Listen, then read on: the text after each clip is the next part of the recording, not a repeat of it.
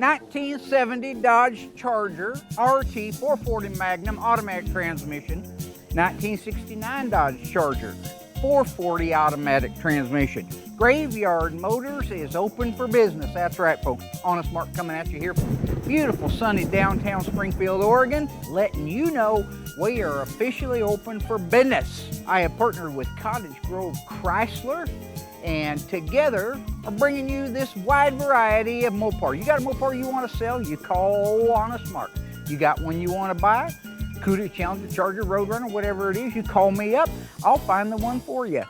That's because it's Graveyard Motors. You've been waiting a long time for it, and we are back now. You want a Charger, a Challenger, a Roadrunner, or a GTX, you tell me. This water coming down is a blessing. I call it holy water from heaven itself, telling me I am doing the right thing. So don't hesitate. Call up Graveyard Motors, order your peach low mile one owner, check the Carfax. Just kids, it wasn't around back then.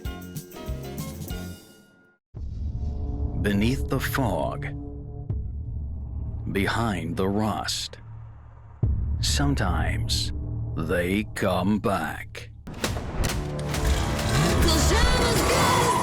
There's only one internationally recognized Mopar master, Mark Warman, joined by his friends, family, and dream team, the Ghouls.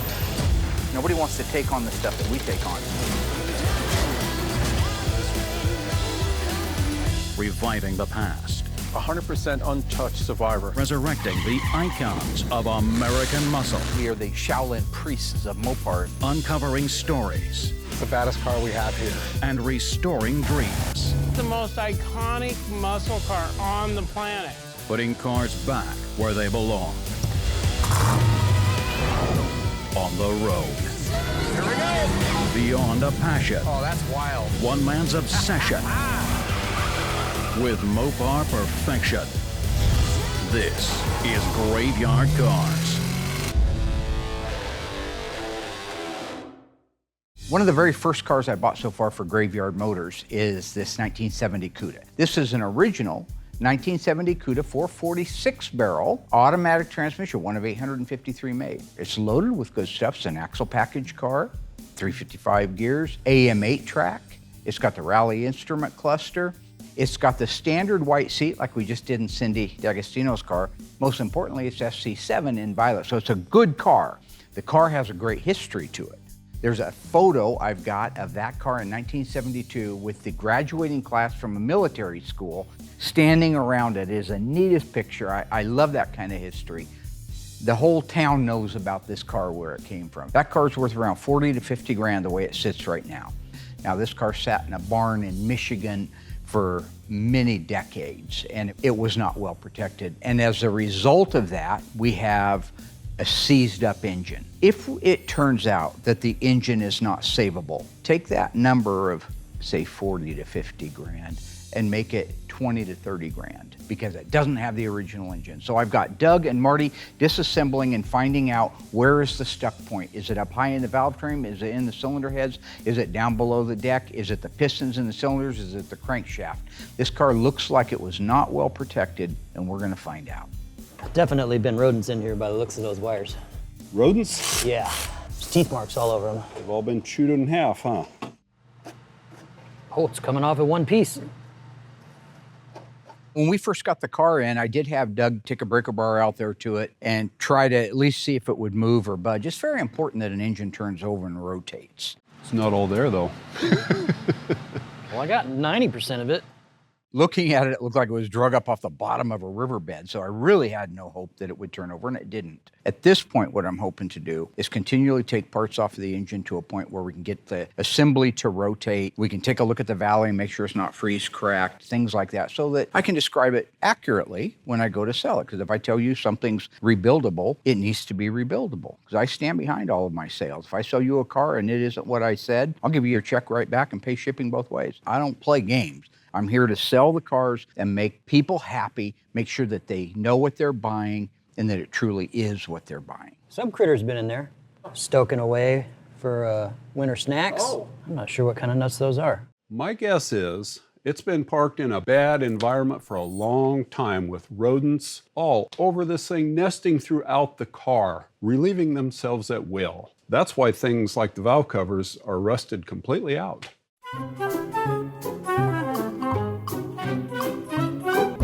I suspect a raccoon, honestly, by the size of the feces. Squirrels and rats and mice are really common. I have found some snake skins a few times. No live snakes, thank goodness, but it makes me a little nervous sometimes working on these cars that come from all over the country, what kind of spiders I might find. I haven't found any deadly spiders, but I'm always keeping my eyes open for something I don't recognize coming out from underneath the dash. Where do the biggest spiders come from?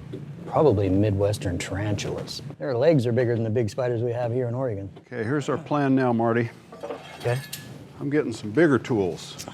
Oh, I love that tool. We're gonna try to pry this exhaust manifold off. Just be an animal and take it off? No, we're gonna add some heat. So in this case, one of the exhaust manifold bolts was fused to the manifold itself. So the only way we could get this apart was to use heat from a torch. I like fire. Okay, so what we're gonna do, get the torch going, we're gonna melt that bolt out of there and pry that exhaust manifold off there. That's our goal. Let's see if it works. Wish us luck. We're going in hot. We put some tin down here on the floor so we don't melt the concrete too bad, hopefully. Sparks are probably gonna fire travel, now. so.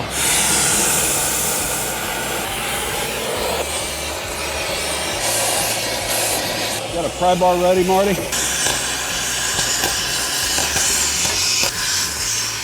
Are all the bolts off the back, Marty? Yep. Well, it's not moving yet. There it moved.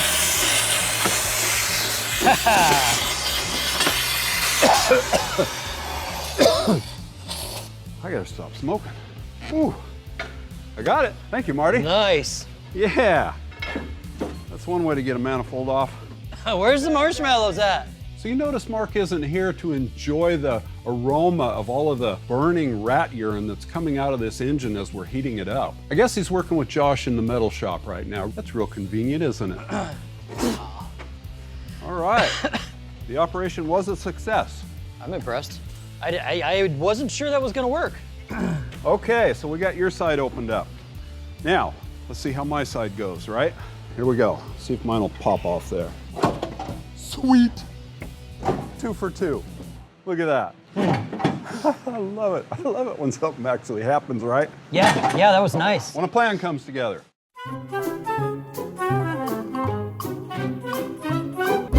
You know how these engines aren't exactly in the middle of the car. That side's a lot closer to the shock tower than this side is. Oh, you're saying my side was easier?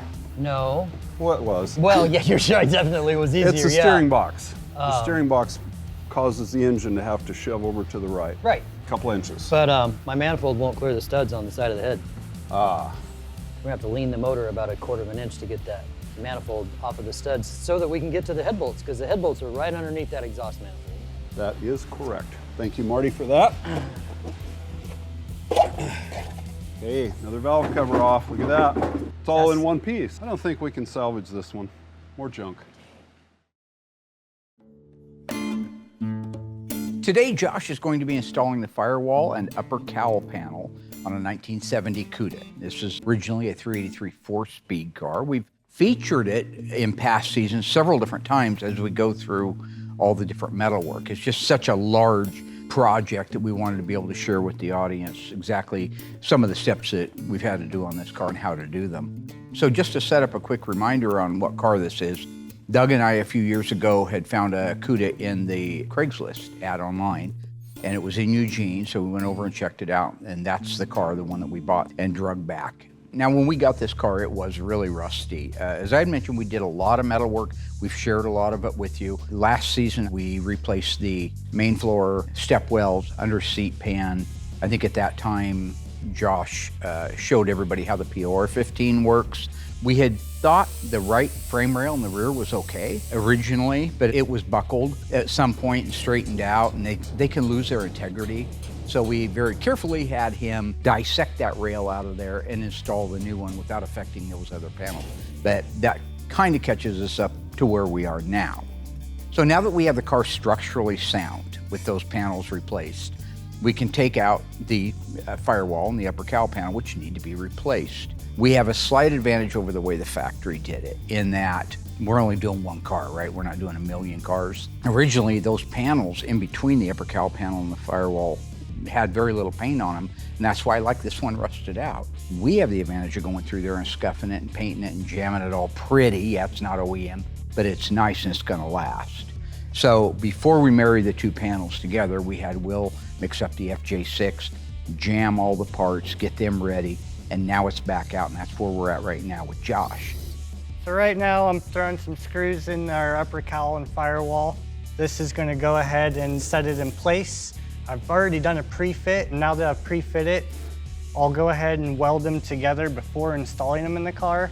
This way I am able to weld completely across the front because I have full access from the bottom. That way it'll have the factory appearance that this was never replaced. This is a new thing for me. This is the first firewall I've had to replace while I've been here. This car is extremely rusted out, and this is one of the casualties of all the rust. But it's turning out really good. I'm really happy with it. All right, now that I've got this all screwed together where it needs to be, it's time to weld it together. So the first thing I'm gonna do with this is I'm gonna do a couple spot welds on the bottom and the top of this to anchor it in place. I can't just go ahead and straight weld it. If I weld from one side to the other, there's a good chance I could break a screw from the metal moving, and then all my pre-fitment would be worthless.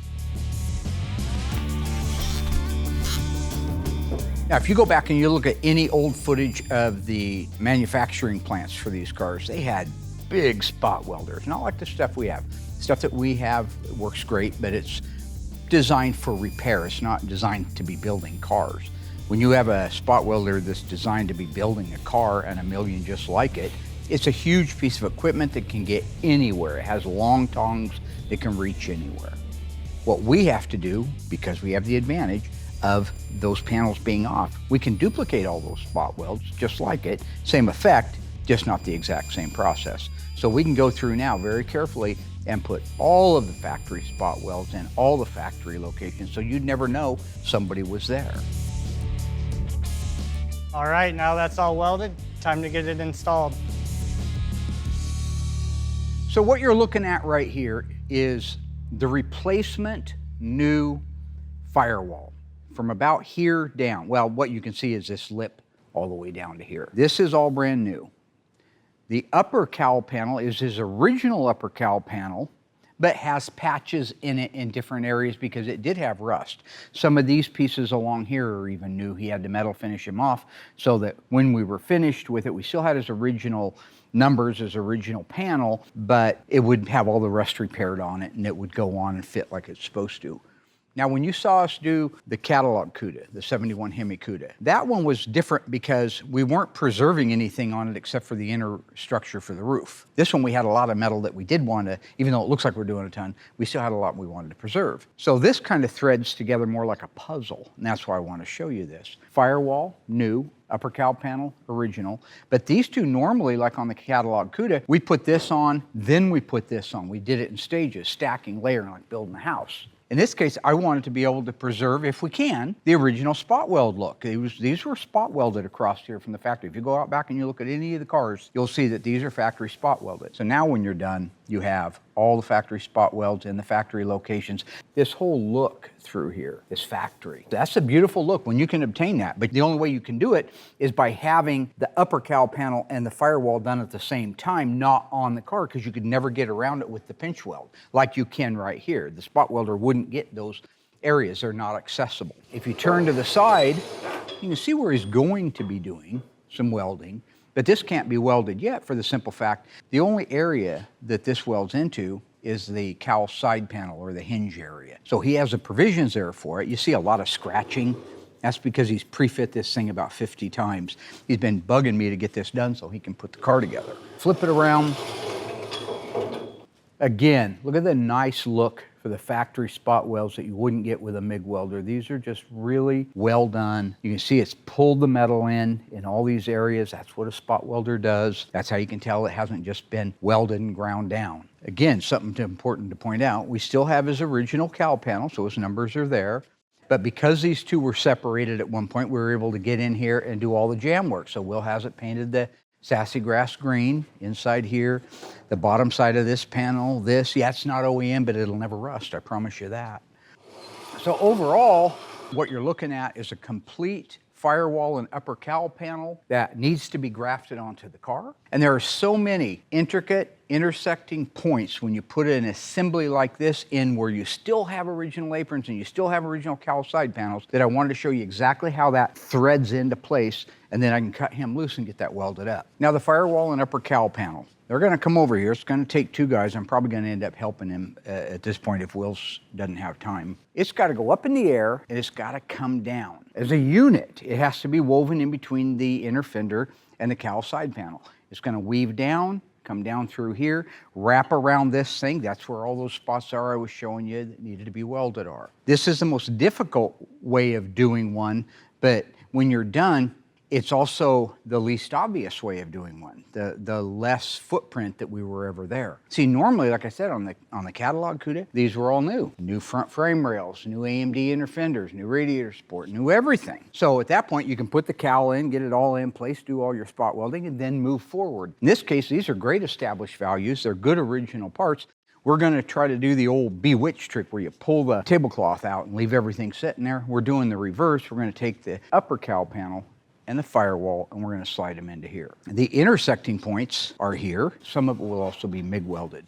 But this welds to the cowl and upper panel, as well as this stiffener brace gets welded in. You can see where they were originally. This is the windshield reinforcement or the A-pillar reinforcement area right through here. Now it'll weld down through here, which is your A-pillar corner. This is the upper part. This is where the hinge goes on. You can see these are the hinge mounts right here. This is the area that usually rusts out on a lot of E-bodies and B-bodies and A-bodies, so we put the entire piece on here. All the way down through the cowl side panel, all the way down to the bottom where it's going to meet into this right here, which is your floor pan, and the same thing on the other side. Because this ain't no GM poop box. This is a unibody Chrysler product, and every single one of these areas collectively build the structural integrity of the car. Each one relies on the other one to get stronger and stronger and be able to resist a collision, hold the door square in the car, the things that have to happen. So once we get that cowl panel in place, I'll show you how we're going to weld it together. You can already see a lot of the plug weld holes that provisions have been made, but you can also see a lot of the original spot weld holes that he's gone off center on. In here,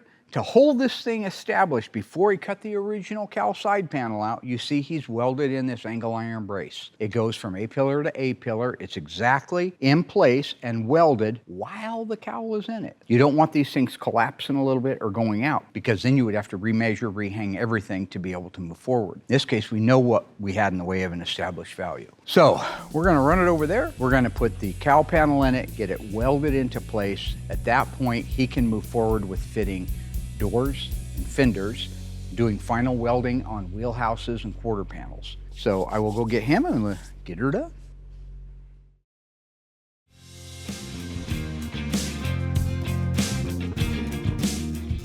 All right, so how many times would you say you fit this on there so far? Oh man, I've probably had her in 20 or 30 times. Oh no, hang on a second, let me get my hand under here. Okay, so I go to the inside here, we weave this down through here.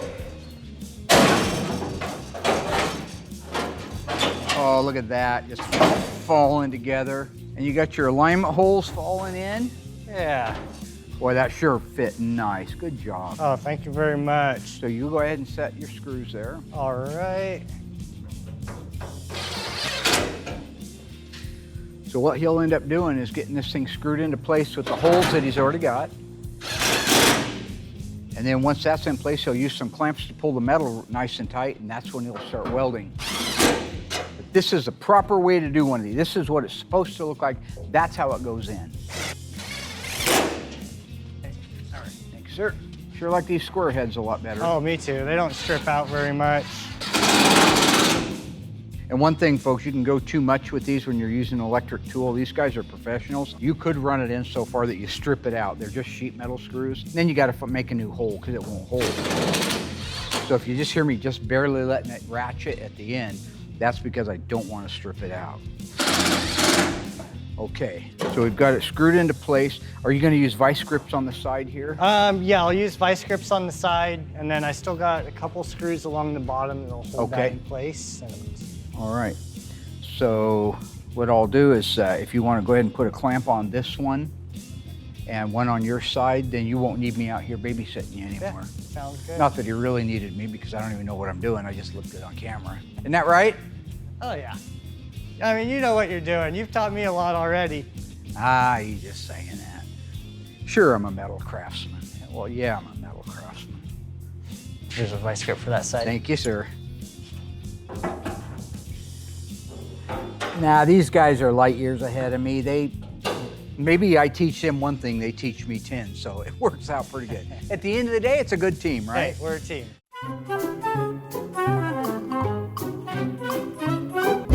So I'm okay to blast out of here. You're gonna do some MIG welding on the big holes, spot welding where you can. So he's gonna come through here where you see these big holes, and he's gonna do MIG welding. Again, he's gonna get it nice and tight up against there.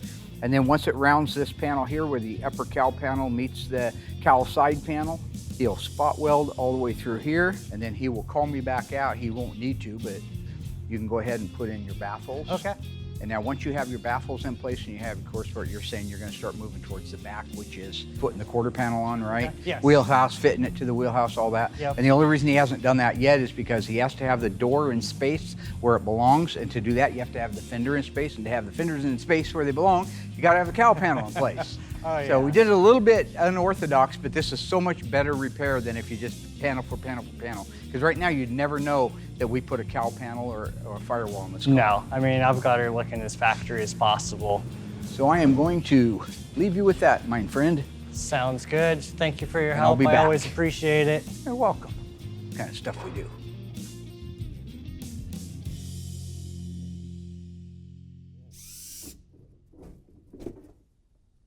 After removing the valve covers, we have to take the rocker shafts off so that we can get at the head bolts to pull the heads off. I'd love to hear the history on this car. I've worked on cars that have been underwater and flooded, and this is kind of what this seems like to me. But regardless, we're moving forward. This engine is just nasty. It's the nastiest one I've seen. I mean, we've had them packed full of stuff before, but not quite like this. Those are some really rusty push rods. They're almost rusted in half. Man, those really have some chunks out of them. They were almost rusted into the lifters. I think the lifters are rusted to the camshaft. How many years did you get loose? Head bolts? Yeah. All of, well, no. There's 5 of them that are behind that exhaust manifold. We're still gonna have to get that out of the way. Okay.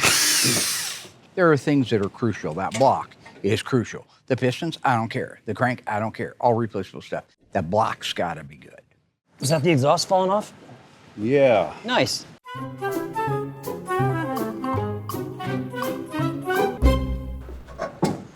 Another nut. That one's kind of pretty. What is it, an acorn? Oh, what kind of nut is that? I think it's an acorn. You guys know what kind of nut that is? What was the answer? Stay tuned. Stay tuned. What kind of nuts are these? When you're selling a car, you want to get the highest dollar that you can for it, and you also want the people on the other end to know what they're getting. My thought is put a car together so it looks like a car. People can see what they're buying. I can walk around it, inventory it, and describe it honestly. So that's why I'm putting these cars back together again, just for the purpose of selling them, but we're not restoring them. Looks to me like both of us have got a stuck valve on one of these heads, Yeah. on each of these heads. I am really curious what the cylinders are gonna look like in this. Yeah. And the bottom end. I'm not sure where this thing's been sitting, but I'm also curious what's gonna come out of the oil pan with this having been opened. Wonder if it even has oil in it. Nope. No oil. Lots of rust. There's a lot of rust on that dipstick. Dang, No oil. Somebody just didn't love it, right? that's for sure. Whoever had this for a while fell out of love with it. Oh, I guess people get busy in life, right? Yeah, I don't know how they could have fallen out of love with this thing though. No kidding. Oh my God, no Oh, look way. at I can't believe that. It came loose. Look underneath that head. There we go. We'll see what's inside. Oh, Wow. God, look at the corrosion in those cylinders. Look at that. There's Something's missing. Ho, you were right about the valve. I've been working on cars my whole life, and I gotta say, I've never seen anything like this. Each one of the cylinder heads was missing a valve, and one of them, I can't even see it inside the cylinder anymore. Maybe that's why it got parked. I think it just rusted and fell off, personally. I can't find the valve. It's not there. Oh, look at that piece. What is it? That is a flake off of the top of that valve. Metal head gaskets. Look at that, Marty. That's pretty cool. I'll bet that's original. Oh, I would guess this motor's never been taken apart. Okay.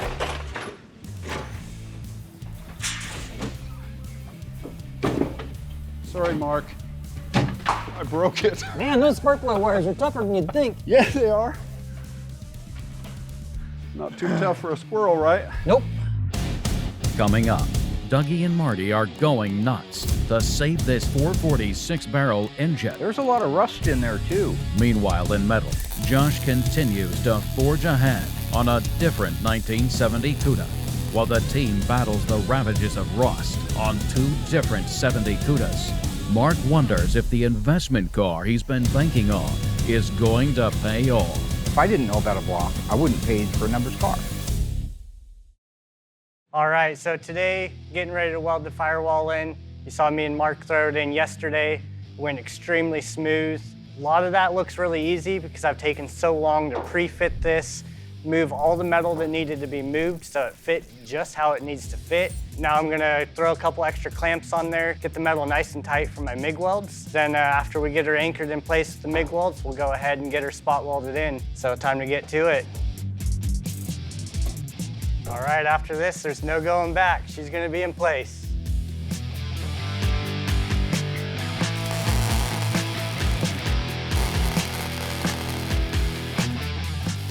Something that I've grown to appreciate a lot is the metal shop team. These guys are from all over the place in the world of collision. One guy was a specialist on Chevrolets, another one did Hondas, but they bring a lot to the table when you have that much experience.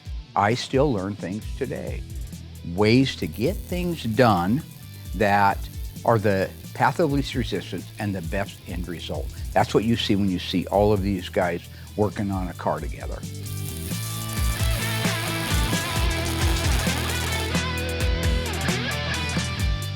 Now I got the top all welded in. Gonna go do a couple plug welds on the bottom to get that all anchored, and then it's time to spot weld.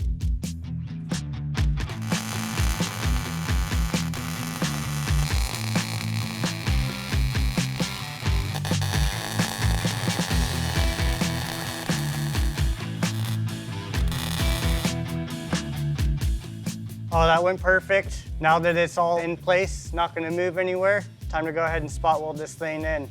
So I liken building a car to like building a house. It's making sure that the foundation, the thing you start with, has to be square and plumb and true, right? If that's perfect, then you can go ahead and build up. That's what we have now with our lower structures. Time to build the walls. In this case, on a car perspective, the walls are the quarter panels, the rear body panel, the vertical lock support that holds that. Those are all collectively make up the walls. After that, you can put things like roofs on, and a roof's a roof. Whether it's a roof on a car or a Dutchman panel, that's the roof, and that comes after this.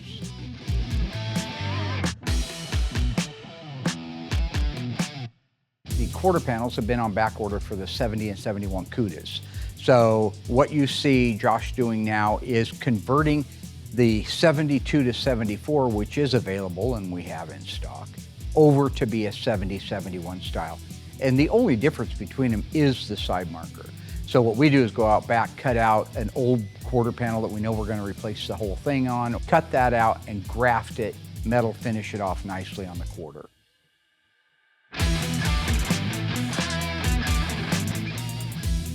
Was it hard to get the heads off? It was challenging. And your exhaust manifolds come right off? Well, we worked them out.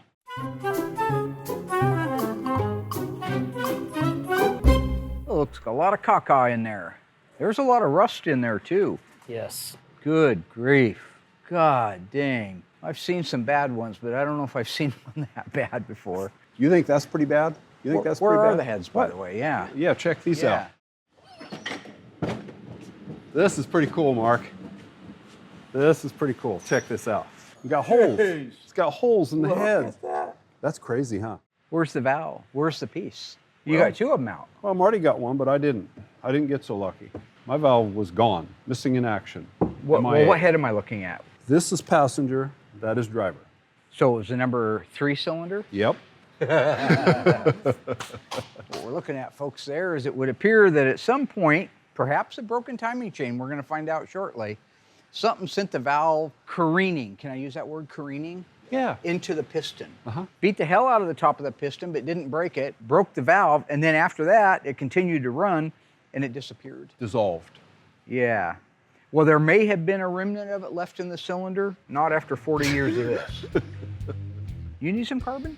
I don't need any carbon. You want to do carbon dating on that? Look, all we want to do is be able to say when we run an ad for the car that the engine does crank over, there doesn't appear to be any signs of freeze braking. That's very important. But we got to get it at least where it'll crank over. Now, in my opinion, if we can get it to crank over, then why not replace the cam and the lifters with a used one out of a junky motor out back. I want you to go ahead and take the front end of the engine apart. Okay. Doug, you grab a vacuum cleaner, suck everything out of here, everything you can possibly get out, scrape the walls, clean it, vacuum it, get them as clean as you can, mystery oil. Okay. By that time, he should have that cam darn near ready to come out of there, and we'll see if we can get this thing to turn over. Okay. Meanwhile, right I'm on. going to go back and I'm going to work on a 1970 Cuda tribute car that's getting a lot of metal work on it. All Or right. not. Gentlemen, come get me when you're done. I got work to do. I'm a businessman.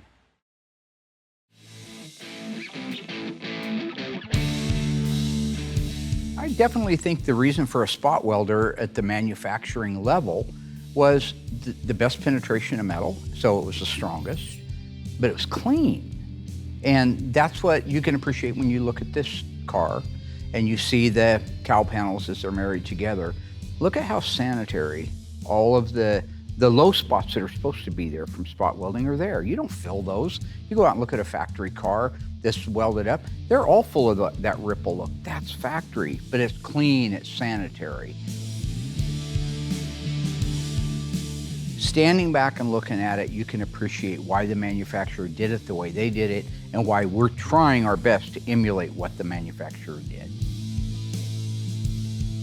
All right, so one of the first parts we're going to put in is the rear body panel. That's going to give us that rear structure that we need for the quarter panels to have some support in the back. Right. After you put this in place, you want to put your vertical lock support in place. And you can see very clearly that's just going to weld to the floor. Going to weld in through here, and it's going to go something like that. I'll show you that now because once you put the body panel on, you won't be able to see it. That's basically how that will go. But in the meantime, we've got our rear body panel. If you look, we have all of our provisions and everything. These are the wire loom provisions. Good job, by the way. Why'd you grind all these off for? So I can spot weld it. So we can spot weld it. I like that. Yeah. Yeah, he cleans the metal off anywhere there's going to be a spot weld or if there's going to be a MIG weld. So that's why you see all these through here. Up here you see all of these holes. This is for the sole purpose of plug welding. Right. Is that correct? Yep. And then of course, when we go up here, classic 7071 taillight panel, there's nothing in here because this is our trunk opening eventually. Our trunk comes down and closes over that. Are you ready to place the first piece? Yeah, I'm ready. And in fairness, he has pre-fit the heck out of everything, but this is our last pre-fit and then weld. So why isn't this ground down? If you're gonna spot weld in between here, how come this side isn't ground? It'll burn through the paint. Then why would you do that side? So Because I need the spot weld on the outside and the inside where it's gonna connect. Well, you're the boss. Okay, so that goes right there, and then I got my screw hole.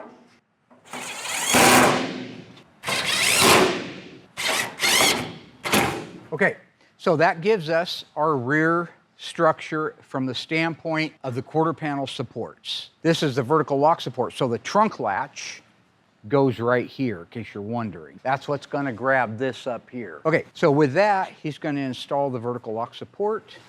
That actually slips up underneath this lip here, and then he installs the screw in it.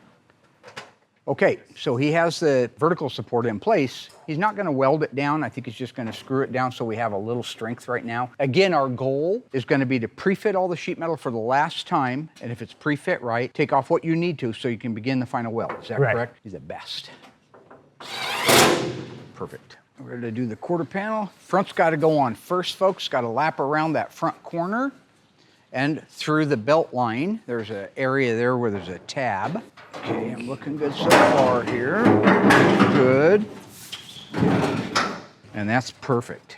Okay, so he's gonna set a few screws, and our process is we're gonna do the left quarter, the right quarter, the Dutchman panel. Once those are in place, then we can do the fine tune, the last fine tune things that we have to do, and he can get cut loose welding. Okay, we're gonna do a right-hand quarter. Now, right-hand quarter goes on. I'll let you start at the front as always. I'm looking good back here. Beautiful, this has gotta come a little, yep, how you looking? Looking really good. Right on the money, honey. And that's the way you do it when you pre-fit it. He's gonna set the screws for it. Next part we're gonna put on is gonna be the Dutchman panel, and that's the key piece. We'll check our door gaps. We need to put the Dutchman in place and check it against the reveal of the trunk lid, plus the trunk lid against the reveal of the quarters. If all those are lined up, he's ready to go and start welding. Yeah. Did you just stare at the camera again also? I like your style. guess. I like your style. Let's do it together though, just Okay. for fun, right?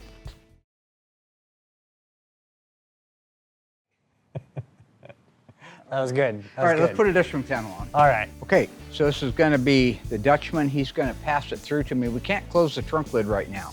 So he's just gonna pass it through, go up under here and slide it, right? Just a little bit. Just slide her on into place. Then it's gotta come back over this lip. Okay, hang on, get crazy. You guys who body men get so damn crazy. Okay, I'm in position.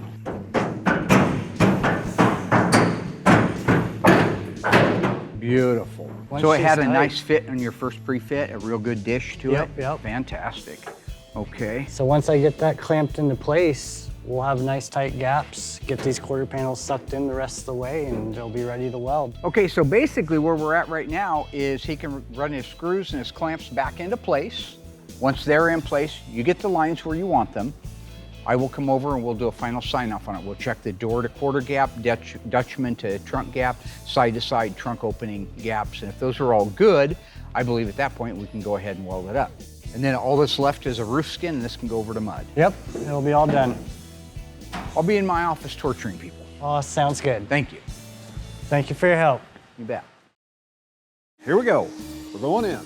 So without knowing what's going on in the bottom of the engine, Mark wants us to get the lifters and the camshaft out of the way to determine what is actually causing the engine to be frozen in place.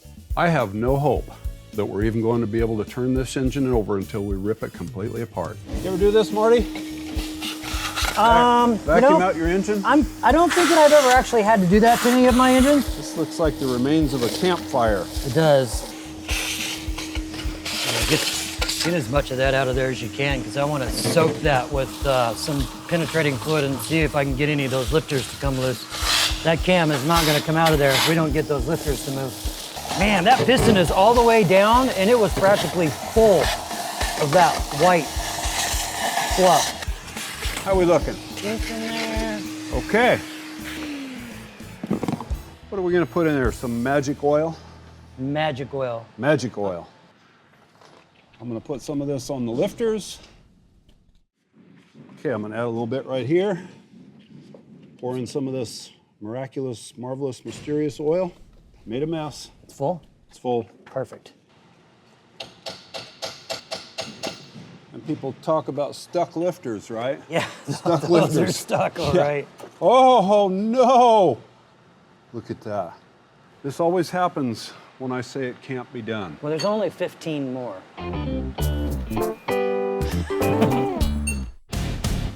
Still to come. Can Dougie and Marty achieve the miraculous? It's not a waste of time because we know what the answer is. But is this engine headed for the salvage yard?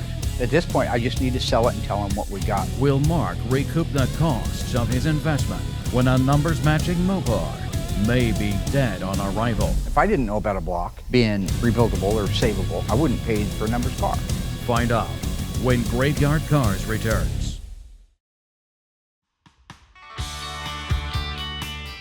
Yeah, so it's not a waste of time because we know what the answer is, that we're gonna have to take the engine out. Well, two things. I could put the car online for sale right now, right? And just say, we don't know about the block. Well, somebody else, if I didn't know about a block being rebuildable or savable, I wouldn't pay the extra money you're gonna pay for a numbers car. So we're gonna take the engine out, send it to our guy up in Washington that's doing our engines, Let him go ahead and bake it, take it apart, mic it, and do a Magnaflux. And just find out, does it need to be bored 30 over? Can we save the cylinders? Does it need 8 sleeves? We just want whoever it is buying it to know. Now at that point, I may have already sold it, who knows? But I will sell it with the numbers matching engine if the engine can be saved. And if it can't, then I'll sell it as a non-numbers matching engine.